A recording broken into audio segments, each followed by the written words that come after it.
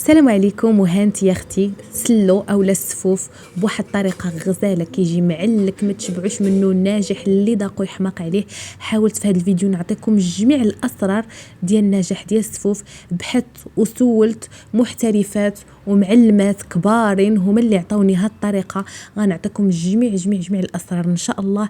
الا بغيتي تصايبي كيلو ولا 2 كيلو ولا حتى 10 كيلو، غنعطيك القاعده الاساسيه باش تخدمي السفوف، سواء كانت عندك مناسبه ولا غير تشهيتيه وبغيتي تصيبيه لراسك، بغيتي تصيبي كميه قليله ولا كميه كثيره. غنعطيك جميع الاسرار اللي غينجح معاك ان شاء الله. وما تبخلوش عليا بتشجيعاتكم، غير الا درتوا لي غير قليب في التعاليق، راه هذاك القليب كيشجعني على الاستمرار وكيخلي لي انني نزيد ونبحث اكثر.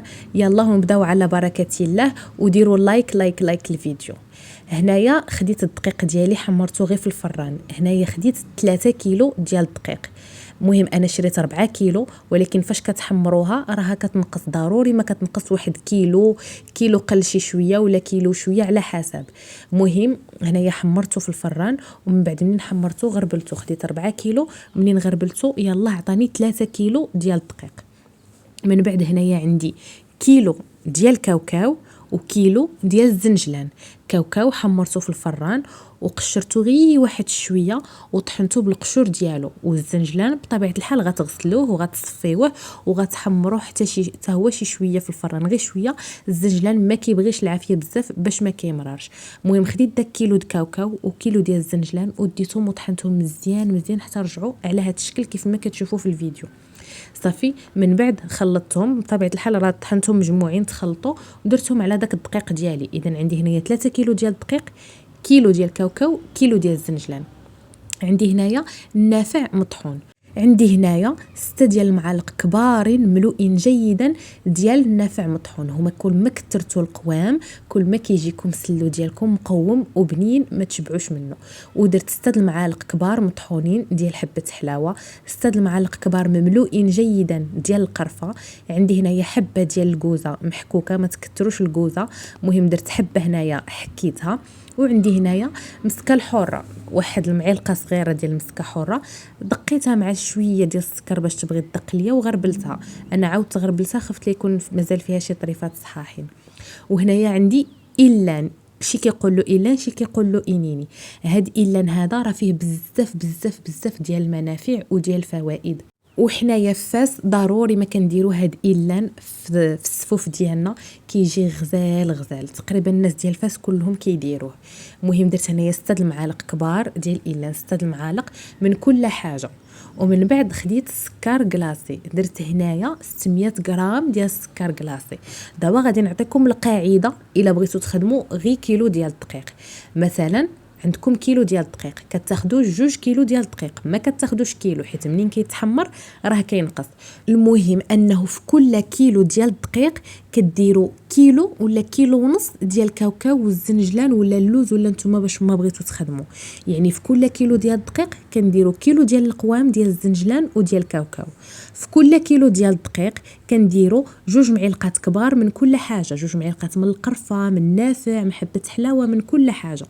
وفي كل كيلو ديال الدقيق كنديروا 200 غرام ديال السكر. المهم هذه هي القاعده الاساسيه باش كنخدموا السفوف. يعني الا بغيتوا تضاعفوا الكميه، بغيتوا ديروا مثلا 2 كيلو ديال الدقيق غديروا 2 كيلو ونص ديال القوام، وغادي ديروا 4 ديال المعلقات من كل حاجه، وغديروا 400 غرام ديال الدقيق. المهم كنظن ان كل شيء راه واضح. هذه هي القاعده الاساسيه باش تخدموا السفوف ديالكم. ومني كتكثروا القوام شويه كيجي السفوف ديالكم مقوم وزوين. صافي المهم انا خديت هذيك القوام ديالي كاملين، جمعتهم كاملين وبقيت كنبسبس بحال هكا. الا عندكم شي بانيو كبير خدموا فيه. انا ما عنديش البانيو، خديت غير هذا البول هذا ديال العجانه، هو اللي بقيت كنزيد فيه شويه بشويه داك المقادير ديالي وكنبسبس كنخلط مزيان.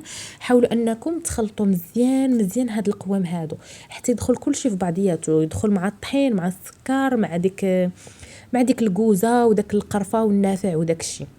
صافي شوفوا انا هنايا بقيت كنخلط مزيان. وما تنساوش رشيشه الملح اللي عطاكم السر، ضروري ديروا رشيشه الملح. انا راه نسيت ما درتها لكمش مع القوام.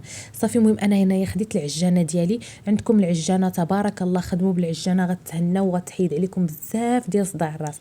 ما عندكمش العجانه غتقبطي ليا دوك اليديدات وغتدلكي ليا السفوف ديالك مزيان مزيان. المهم انا هنايا درت العجانه، درت هذاك الراس اللي شفتو اللي كنخدموا به الحلوه. صافي وهنايا عندي خليط ما بين الزيت البلديه والزيت النباتيه. المهم انا ما نقدرش نقول لكم شحال ديال الزيت بالضبط، حيت كل واحد وكيفاش كيبغي السفوف ديالو يجي. كاين اللي كيبغي يجيه ناشف وكاين اللي كيبغي يجيه معلك ومزيت مزيان. المهم كل واحد وكيفاش كيبغي يجيه السفوف ديالو. المهم نتوما غتحكموا في القوام ديالو. المهم انا هنايا كنبغيه يكون شويه معلك وشويه مزيت. المهم خديت هذاك القوام ديالي درته في العجانه وبقيت هما كيطحنوا وانا كنزيد الزيت شويه بشويه. انا خلطت هنايا الزيت النباتيه والزيت البلديه. بالنسبه للناس اللي كيبغيو يديروا الزيت البلديه ما ننصحكمش انكم ديروها بوحديتها، حيت مع المده راكم عارفين باللي الزيت البلديه كيتغير اللون ديالها وكترجع مجهده وكتحيال، كيرجع المذاق ديال السفوف ديالكم قبيح. وبالنسبه للناس اللي كيبغيو يديروا الزبده حتى هي ما ننصحكمش انكم ديروا الزبده، حيت الزبده راكم عارفين باللي الزبده كترجع سمن وغادي تبدل مذاق السفوف ديالكم وما غيجيكمش نهائيا مزيان. انتم عارفين باللي هو كيبقى مده طويله، يبقى حتى العام ماشي مشكل. مهم ما ننصحكمش انكم ديروا الزيت البلديه بوحديتها وما ننصحكمش انكم ديروا الزبده بوحديتها. حاولوا انكم الا بغيتوا ديروا الزيت البلديه كيف ما درت انا خلطتها مع الزيت النباتيه. غليت الزيت النباتيه غليتها مزيان مزيان بحال اللي كنقليو الفريد، خليتها على ما دفات شويه وزدت عليها الزيت البلديه. مهم درت نص بلديه نص روميه. المهم انا بقيت كندلك هنايا، شوفوا حتى تعلك ليا، شوفوا كيرجع. من بعد منين كنوصل لهذا القوام كنضيف عندي هنايا نص كيلو ديال اللوز محمر ومهرمش، هرمشته بالقشور ديالو، ونص كيلو ديال الزنجلان حتى هو محمر شويه. عندي نص كيلو لوز، نص كيلو زنجلان. الزنجلان خليته صحيح واللوز غير هرمشته وخلطتهم بجوج بيهم وضفتهم. منين وصلت للقوام اللي بغيت ضفت اللوز مهرمش والزنجلان صحيح. صافي ها هو دابا السفوف ديالنا. مازال مرحله اخيره اللي ضروري ما نديروها. منين كتدلكوا السفوف ديالكم وكتعجنوه كتوليو تجمعوه كامل داك الكميه كلها اللي خلطتوها وكتدلكوها مزيان مزيان مزيان بيديكم. حاولوا انكم تدلكوها باش كتخلط كاع هذيك المقادير مع بعضياتها وكيدخل كل شيء كيدخل في شيء وكيزيد يطلق الزيت ديالو. المهم هي واحد الناحيه هي فاش كندلكو بيدينا هذوك القوام كيطلقوا الزيت ديالهم كثر من العجانه. فاش كيوقع داك التفاعل مع اليدين مع داك اللوز والزنجلان وكاوكاو داك الشيء كيزيد يطلق الزيت كثر احسن من العجانه. مهم خديت انا هنا دابا باش غادي نبدا نقدم في السفوف ديالي. خديت هذا المول هذا. مهم نتوما التقديم كيبقى على حسب الذوق ديالكم وكل واحد كيفاش كيبغي يقدمه. المهم هو في الاخر راه غير على حسب التصوير وصافي.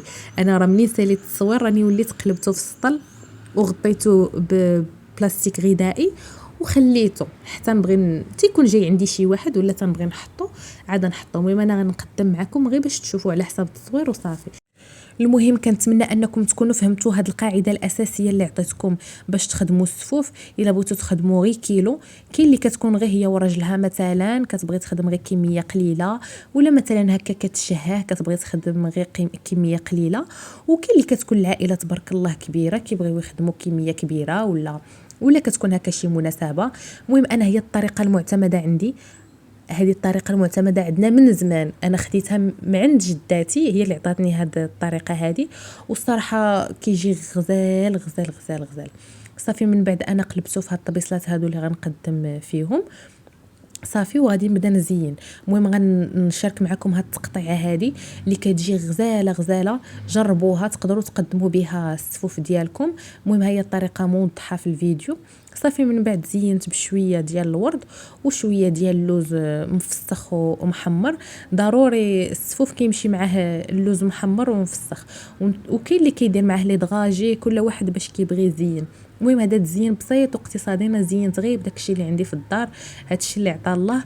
وكل واحد كاين اللي كيبغي يديرو بريستيج كيزين بلي دغاجي وكيزين بشي حاجه. المهم نتوما كيبقى لكم الذوق وكيبقى لكم الاختيار، زينوا باش ما بغيتو.